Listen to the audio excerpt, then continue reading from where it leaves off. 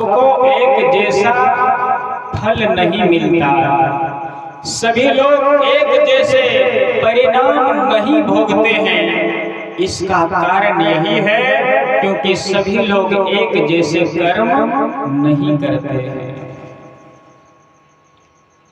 कोई जन्मते ही सोने के हिंडोले में झूलता है तो कोई गली गली डोलता है। कोई रोज 56 भोग लगाता है तो कोई दाने दाने के लिए मुहताज होता है, कटोरा लेकर भीख मांगता है। कोई नित्य कपड़े बदलते हैं, सप्ताह दिन के सप्ताह ड्रेस बदलते हैं, लेकिन कोई अपना तन यानी शरीर ढकने के लिए भी तरसता है। कोई किसी का स्वस्थ चित्त बढ़िया है, पर कोई बीमारी से आह और कराह की जिंदगी जी रहा है, बेचैन की जिंदगी जी रहा है। कोई धनी है तो कोई निर्धन है, कोई राजा है तो कोई रंग है, दरिद्र है। क्यों? सब कर्म का परिणाम है। आत्मा तो सबका एक है, लेकिन कर्म अनेक है। इसलिए सभी लोग एक जैसे व्यवहार नहीं करते, एक जैसे कर्म नहीं करते, इसलिए एक जैसे परिणाम नहीं भोगते हैं। और 84 लाख जोनियों में जीव भ्रमण करता है, दुख पाता है, तो फिर वह मनुष्य के जीवन को प्राप्त करता है। क्योंकि अवशेष पाप के कर्म भोगने के लिए 84 लाख जोनियों में जाना पड़ता है। पूरी तरह पाप के कर्म का फल भोग लेता है, यानी पुण्य और पाप के कर्म दोनों जब बराबर हो जाते हैं, हिसाब किताब बराबर हो जाता है, तब फिर वह सुखमय मनुष्य के जीवन को प्राप्त करता है। सुखी संपन्न जीवन भगवान देते हैं मनुष्य का। नर श्रेष्ठ योनि में जन्म लेता है, फिर श्रेष्ठ कर्म करने का अवसर भगवान प्रदान करते हैं, शुभ कर्म करने का अवसर देते हैं। अब पक्षीराज श्री गरुड़ जी महाराज भगवान से अनुनय विनय करते हुए कहते हैं कि हे प्रभु, आपने बतलाया कि श्रेष्ठ योनि में जन्म लेने के बाद अगर श्रेष्ठ कर्म नहीं बन पाता है तो व्यक्ति को यानी उच्च योनि में जन्म लेकर के, मनुष्य जैसे उच्च योनि में जन्म लेकर के नीच कर्म करता है तो नीच योनि में जाना पड़ता है, शुकर कुकर की योनि को प्राप्त करना पड़ता है।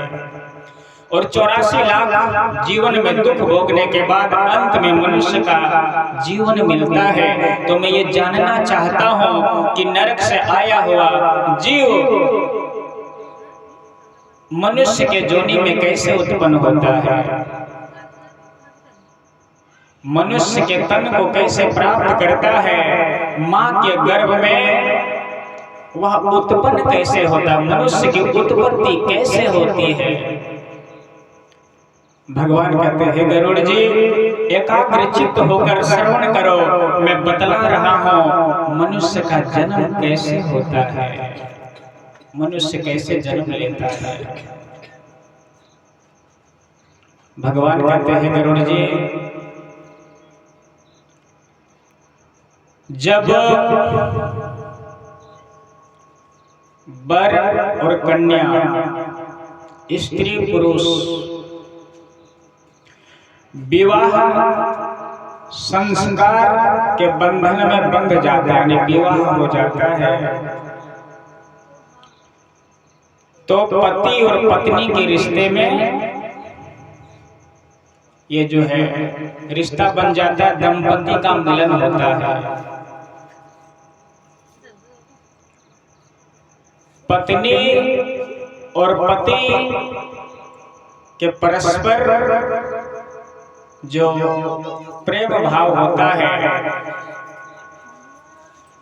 जिसके कारण स्त्री और पुरुष के संगम यानी संजोग से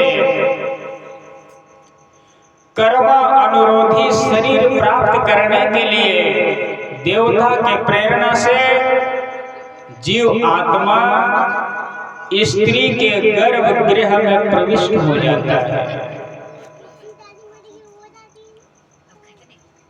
जब पति पत्नी का मिलन होता है, संबंध होता है, संजोग होता है,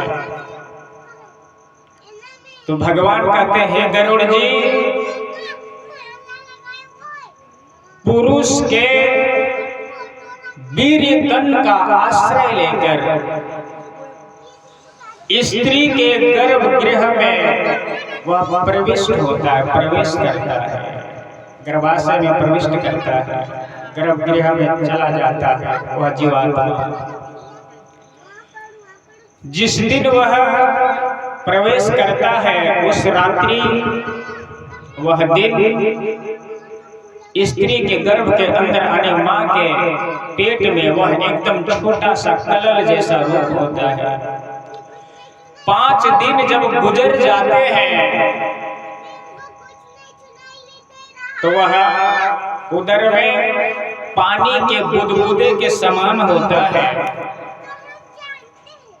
10 दिन जब बीत जाते हैं तो वह बैर का फल जितना बड़ा होता है उतना बड़ा सा होता है। उसके पश्चात मांसपेशी युक्त अंडाकार जैसा हो जाता है। फिर 1 महीने की अवधि पूरी होती है। 1 मास 1 महीना बीतता है तो स्त्री के गर्भ के अंदर वह बालक का, शिशु का केवल मस्तक माथा बनता है। दूसरे महीने बीतने पर गर्दन, हृदय, भुजा आदि अंग तैयार होते हैं। तीसरे महीने बीतने पर पीठ, पेट, त्वचा, रक्त, अस्थि, मज्जा, लिंग, लौंग, अस्थि, मज्जा, वीर्य आदि सप्त धातुएं तैयार होते हैं। पूरे 4 महीना लगता है तब पूर्ण अंग की तैयारी होती है, यानी पैर से लेकर सिर तक बालक का तैयार होता है। 4 महीने लग जाते हैं मां के गर्भ के अंदर। 4 महीने से पूर्व अगर आप चिकित्सक, वैद्य यानी डॉक्टर के पास में जाएंगे, अल्ट्रासाउंड के माध्यम से जरा चेकअप करके बताइए कि पेट के अंदर कन्या है, बालिका है या बालक है, लड़का है या लड़की है, तो डॉक्टर भी नहीं बता सकते, लिंग का भेद नहीं कर सकते, क्योंकि 4 महीने से पहले पूर्ण अंग बनता ही नहीं है, ऐसा वेद कहते हैं, भगवान कहते हैं। 4 महीना लग जाता है तो स्त्री के गर्भ के अंदर बच्चा का पूरा यंग शरीर तैयार होता है। 5वें महीने जब गुजरने लगते हैं तो पेट के अंदर जो बच्चा है, बालक है, शिशु है, उसको भूख और प्यास लगने लगती है। तो पक्षीराज गरुड़ जी कहते हैं कि हे प्रभु, माँ के गर्भ के अंदर जब बालक को भूख लगती है, प्यास लगती है, तो क्या उदर के अंदर उसे भूखे प्यासे रहना पड़ता है? भगवान कहते हैं नहीं गरुड़ जी, वह तो शरीरधारी जीव है, भला भूखे और प्यासे कैसे रहेगा? गरुड़ जी ने कहा तो पेट के अंदर वह खाता क्या है, पीता क्या है? कैसे खाता है, पीता कैसे, जीवन कैसे जीता है? भगवान बोले कि हे गरुड़ जी, जो गर्भवती महिला खाती है, पीती है, अर्थात सेवन करती है, भक्षण करती है, उसी का रस तत्व पेट के अंदर जो बच्चा है उसके उदर में, यानी बच्चा के मुख में भी जाता है, पेट में भी जाता है। बच्चे जन्म लेने के बाद देखा होगा नाभि लिंग से उसका संबंध रहता है, स्त्री के भोजन का जहाँ ग्रास होता है वहां से जुड़ा हुआ रहता है। जन्म लेने के बाद उसको इसलिए भगवान कहते हैं कि जो गर्भवती महिला सेवन करती है, भक्षण करती है,